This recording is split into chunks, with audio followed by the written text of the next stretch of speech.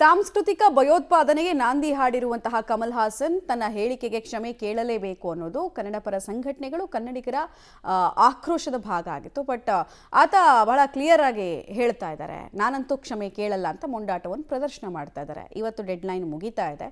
So ಉರಿಯೋ ಬೆಂಕಿಗೆ ಈ statement ಮತ್ತೆ ತುಪ್ಪ ಸುರಿಯೋ ಕೆಲಸ ಆಗಿದೆ. ಡೀಟೇಲ್ ರಿಪೋರ್ಟ್ ಇಂದ ನೋಡ್ಕೊಂಡು ಬರೋಣ ಬನ್ನಿ.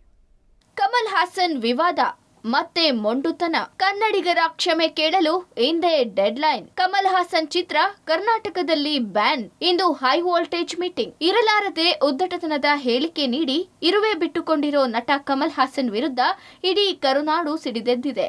ಮುಂದಿನ ವಾರ ಬಿಡುಗಡೆಯಾಗಬೇಕಿರುವ ಕಮಲ್ ನಟನೆಯ ಥಗ್ ಲೈಫ್ ಚಿತ್ರ ರಾಜ್ಯದಲ್ಲಿ ಬಿಡುಗಡೆ ಮಾಡದಂತೆ ಕೂಗು ಜೋರಾಗಿದೆ. ಈ ಸಂಬಂಧ ಇಂದು ರಾಜ್ಯ ಚಲನಚಿತ್ರ ವಾಣಿಜ್ಯ ಮಂಡಳಿ ಸಭೆ ಮಾಡಿ ತೀರ್ಮಾನ ಮಾಡಲಿದ್ದು, ಸಭೆಗೂ ಮುನ್ನವೇ ವಾಣಿಜ್ಯ ಮಂಡಳಿಗೂ ಕನ್ನಡ ಪರ ಸಂಘಟನೆಗಳು ಖಡಕ್ ವಾರ್ನಿಂಗ್ ನೀಡಿವೆ. ಹೌದು, ವಿವಾದದ ಬಳಿಕವೂ ನಟನ ಮೊಂಡುತನ ಮತ್ತೆ ಮುಂದುವರೆದಿದೆ. ಉದ್ದಟತನ ಹೇಳಿಕೆ ಖಂಡಿಸಿ ಕನ್ನಡ ಸಂಘಟನೆಗಳು ನಟನಿಗೆ ಸಂಜೆವರೆಗೆ ಕ್ಷಮೆ ಕೇಳುವಂತೆ ಡೆಡ್ಲೈನ್ ನೀಡಿದ್ವು. ಆದರೆ ಈ ಬಗ್ಗೆಯೂ ಯೋಚಿಸದ ಕಮಲ್ ತನ್ನ ಹೇಳಿಕೆಯನ್ನ ಮತ್ತೆ ಸಮರ್ಥನೆ ಮಾಡಿಕೊಂಡಿದ್ದಾರೆ. ಜೊತೆಗೆ ಕ್ಷಮೆ ಕೇಳಲ್ಲ ಅಂತ ಮತ್ತೊಮ್ಮೆ ಕನ್ನಡಿಗರನ್ನ ಕೆಣಕುವ ಕೆಲಸ ಮಾಡಿದ್ದಾರೆ.